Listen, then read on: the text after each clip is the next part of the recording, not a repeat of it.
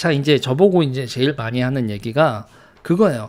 의사가 더 필요하다는 거에 대해서 이걸 받아들여라. 그건 맞는 거 아니냐. 저한테 막 그렇게 얘기하시는 분들이 있어요. 그래서 제가 그래요. 그게 과학적으로 추계해서 뭐 어쩌고해서 15,000명인지 어쩐지도 분명한 근거를 제시하지도 못한 상태에서 의사가 더 필요하다는 건 나는 동의할 수도 없고, 그런 걸 만약에 의사가 더 필요하다, 수요가 더 발생한다는 결론이 났다고 치면, 그러면 의사를 더 늘려야 된다라는 결론이 났다 치자. 그러면 여러분, 수요가 발생했으면 그 다음엔 뭘 먼저 생각을 해야 되냐면 비용을 먼저 생각을 해야 돼요. 내가 있잖아요. 내가 저 물건이 필요해 라고 생각이 되면 맨 먼저 해야 되는 건 내 주머니에서 저거를 살 수 있는 돈이 있는지를 먼저 봐야 된단 말이에요. 그러니까 이게 시장 경제라는 거에 대해서 우리가 이렇게 무시하는 거예요. 수요가 있으면 당연히 수요가 있으면 공급이 있어야 된다. 공급이 있으려면 충분히 그 수요라는 게 유효 수요여야 된다고요. 돈을 지급할 용의가 있는 수요여야 된단 말이에요. 그럼 의사가 더 필요하다라는 수요가 있으면 그거에 대해서 돈을 더 내야 될 마음이 있어야 돼. 그런데 비용은 홀딩하고 의사는 늘리겠대. 그게 지금 이 사단의 근본 원인이야. 정부가 의사가 더 필요하다고 하면 의사를 이만큼 늘리고 건강보험도 이만큼 더 늘리거나 정부 지원해서 돈을 이만큼 더 늘리겠습니다. 이 얘기는 없고 비용은 홀딩하고 의사는 늘리고, 그리고 이건 시장경제 원칙도 자기 적용되지 않고 무조건 다 수가로 가격 통제권을 가진 상태에서 비용을 홀딩하겠다. 이거 의사 후려치겠다는 거잖아. 그리고 그 이거 아무래도 후려치겠다는 거 아니야? 라고 물음표를 찍는데 거기다가 응, 후려치는 거야 라고 공인을 해버렸잖아요. 그 용어가 뭐예요? 낙수의사잖아요. 낙수의사. 낙수의사. 그러면 하게 되면 결국은 하게 될 겁니다. 돈 벌기 위해. 야, 그러니까 필수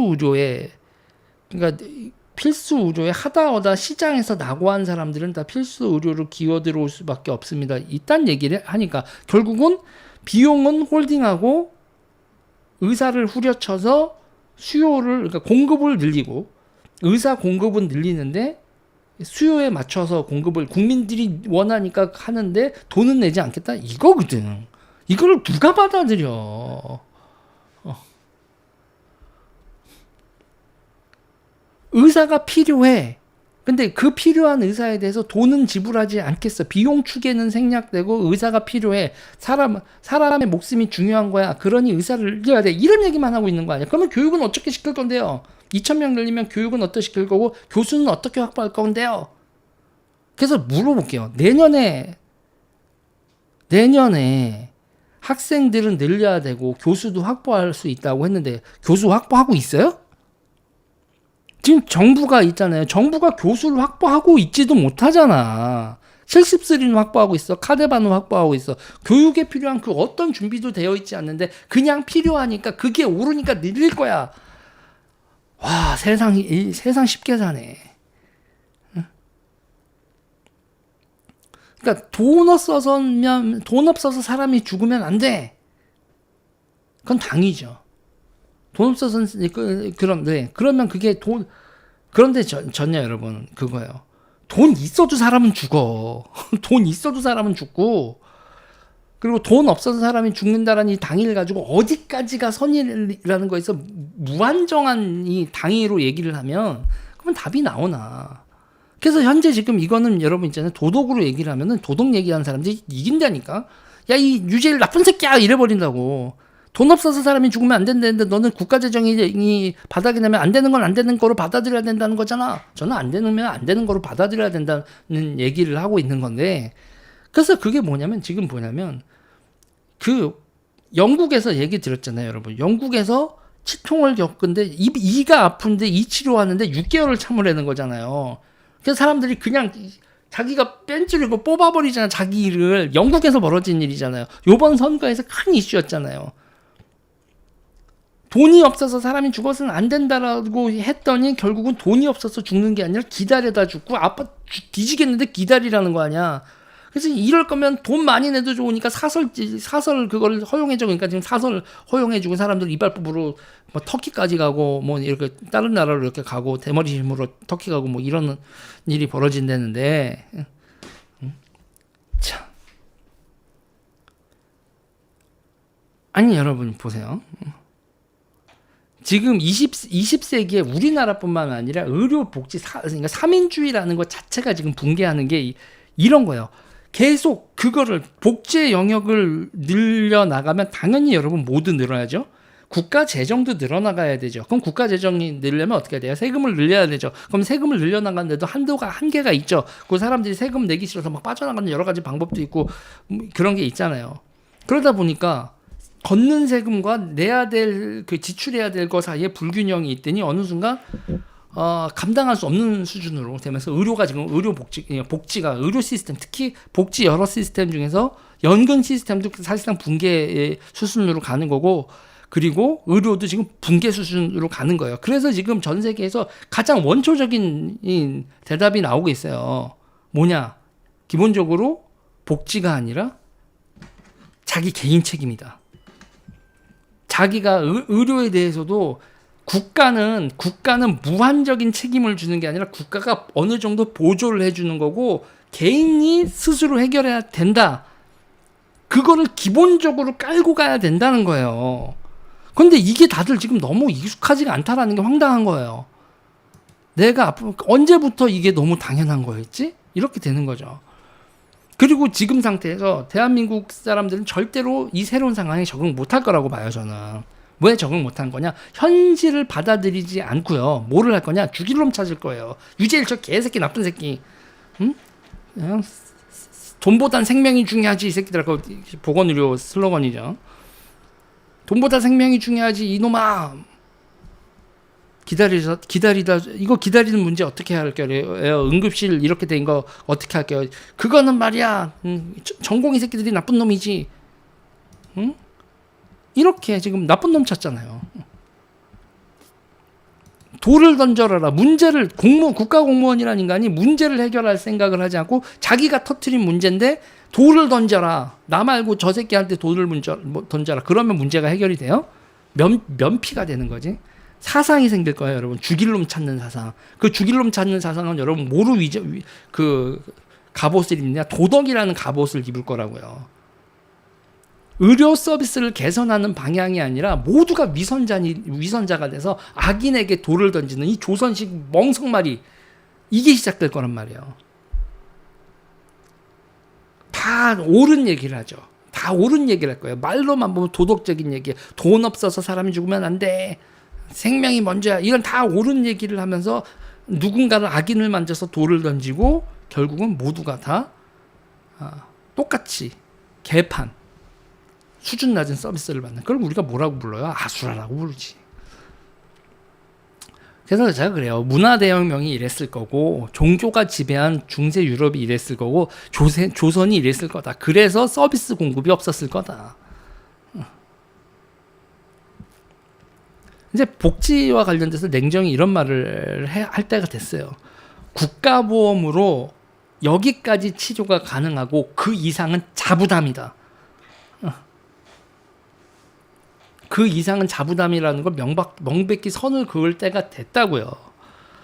신치료법은 개발되고 그 치료법이 특허권 상실하고 보험에 편입되는 거는 앞으로 몇십 년 걸릴 겁니다. 지금은 그 신치료법은 비싸게 쓰셔야 됩니다. 돈이 있으면 살고 돈이 없으면 죽는다. 이거는 그렇긴 한데 결국은 모두가 똑같이 받을 수 있는 선이 있고 돈을 더 많이 받을 수 있는 사람은 급행료를 지불하고 그렇게 돼 있는 그거다. 모두가 다 똑같은 서비스를 받을 수 없다라는 그 냉정한 현실은 받아들여야 된다는 얘기예요.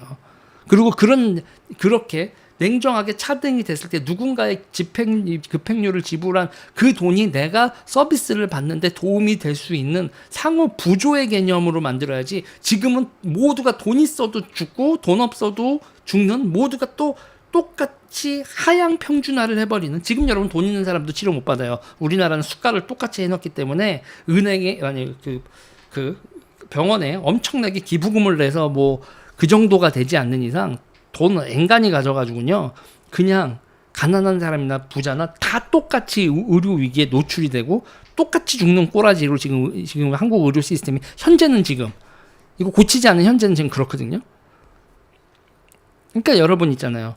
비행기를 타서 A 클래스, 퍼스트 클래스의 누군가가 원가의 200%를 내야 내가 이코노미 클래스 원가의 70%짜리 100만 원 원가에 70만 원짜리 자리를 탈 수 있는 거고, 누군가가 놀이기구에서 비싼 티켓을 끊어가지고 셉치기를 할 수 있기 때문에 내가 싸게 이 서비스를 받을 수 있는 거다. 내가 좀 기다려야 되고 내가 좀 수준 낮은 서비스를 받아야 되지만 이거를 그냥 자본주의 사회의 상식으로 받아들여야 돼요. 그게 아니면 내가 내 돈만으로 가지고 누군가가 더 비싼 원가보다 비싸게 하는 거를 그걸 인정하지 않으면, 그러면 나는 서비스를 못 받게 된다 라는 걸 받아들여야 된다니까. 근데 그게 안 되는 거야.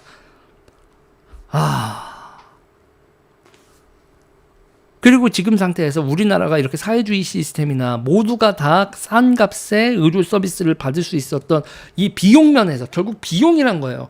이 모든 건요, 이 사태의 지랄은 옳고 그름이 아니라 다 돈 문제고 비용 문제입니다.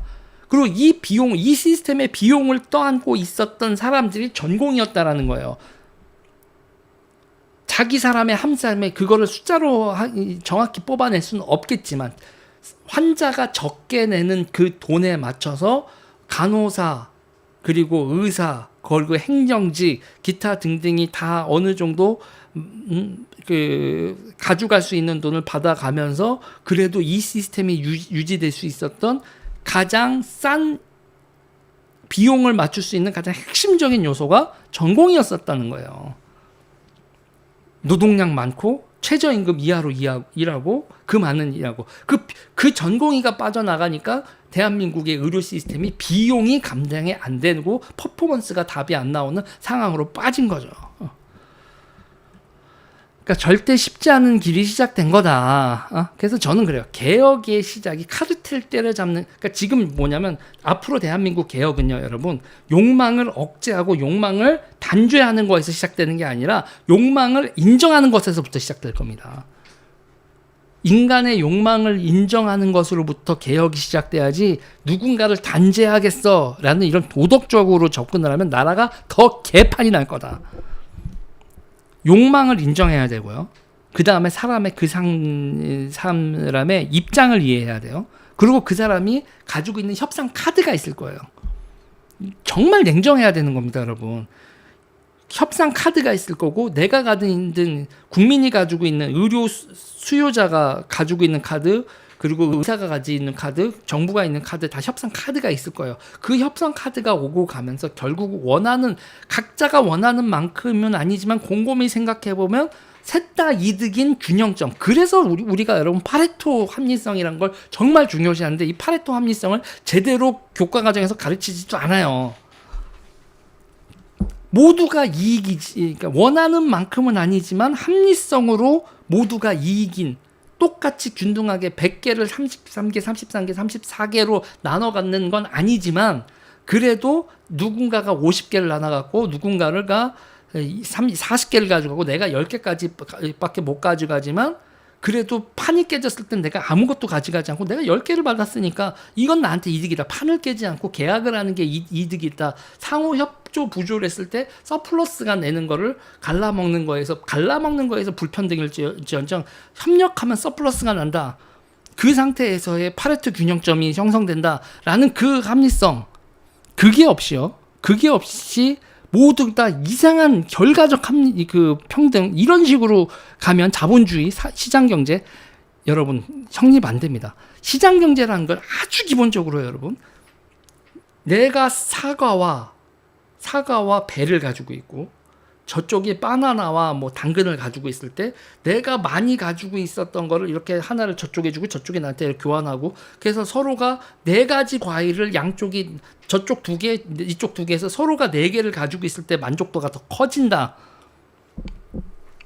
결국은 물건 개수는 달라지지 않는데 교환을 했더니 똑같아진다. 그래서 삼성전자가 메모리 반도체를 이렇게 쌓아놓으면 지금 그 메모리 반도체를 삼성전자하는 그 생산 원가 기타 등등 있지만 그거 자체가 무슨 가치가 있겠어요. 있는데 그만큼 잉여로 만들어냈는데 그 잉여로 만든 게 딴 데서 누군가가 훨씬 높은 가치로 필요하니까 그게 교환이 되면서 시장 경제 더 과잉 생산, 내가 더 과잉 생산을 하고 상대하고 이 수요가 있는 그 어딘가로 이동을 시켜서 가치를 창출한다는 이 시장 경제하고, 그리고 저마다가 생산성을 추구하는 이 교역의 개념, 그러면서 모두의 삶의 질이 올라가는 이 기본 개념에서 우리가 기본적으로 인간의 욕망을 인정해야 되고, 협상 카드가 오고 가고 각자의 입장을 한 다음에 내가 상대한테 손해를 입히는 것까지 밀어붙이면 상대는 여기서 협상을 깰 거고, 그러면 나도 손해구나라고 해서 상대의 이익을 챙겨주고 내 이익을 최대한 관찰하려 하고, 그 사이에서 균형점을 추구하는 파레토 합리성을 가지고 일에 접근을 해야 된다는 거예요. 그래서 제가 다시 드리고 싶은 말씀은 뭐냐면, 개혁의 시장은 욕망을 억제하는 거나 단죄하는 게 아니라, 그런 조선식 정치로 가는 게 아니라, 종교적 정치로 가는 게 아니라, 우리는요 파레토 합리성, 인간의 욕망을 인정하고 거기서부터 협상을 하고 계약을 하는 관계로, 우리 국가 이데올로기 사회계약서에 나와 있는 걸 수리적으로 인간의 욕망 심리적으로 다 해서 결론이 난 그 균형점으로 가야지, 이런 식으로 내가 곧 정이고 짐이 곧 무엇이다라는 식으로, 대통령이 곧 무엇이다라는 식으로 이런 식으로 말 같지도 않은 정책을 밀어붙이면, 그러면 지옥문이 열린다. 지옥문이 열리고, 그래서 제가 하고 싶은 얘기가 뭐냐면, 지금 세상을 주도하는 계급이 왜 종교 지도자나 도덕 지도자 이런 사람들이 아니라 왜 상인이 이 세상의 지배자고 상인이 만든 세상인지, 부르주아 계급이 왜 이 자유민주주의를 만들었고 우리가 그걸 인정하고 살고 있는지에 대해서 다시 한번 근본적으로 생각을 해보고, 왜 선비들, 씹선비들이 지배하는, 그리고 그런 행태들을 보이냐. 내가 관료고, 내가 너희들한테, 너희가 잘못됐다고 하면 잘못된 거고, 내가 경증이라고 하면 경증이야. 이런 판단을 할 수 있는 전제전능한 권력이 왜 관료하고 대통령한테 있습니까? 우리의 민주주의는 그런 거 아닙니다. 이러면 다시 조선, 포이달 미디벌, 봉건적 중세, 하느님의 이름으로 무슨 공자왈, 맹자왈로 이런 시대로 가고, 상인이 억압받으면, 거래가 성립이 안 되면, 강요와 당위만 있으면, 그러면 세상 개꼴 나는 겁니다. 그리고 이런 디지털 포이덜리즘 이런 얘기가 나오지. 여기까지 얘기하겠습니다.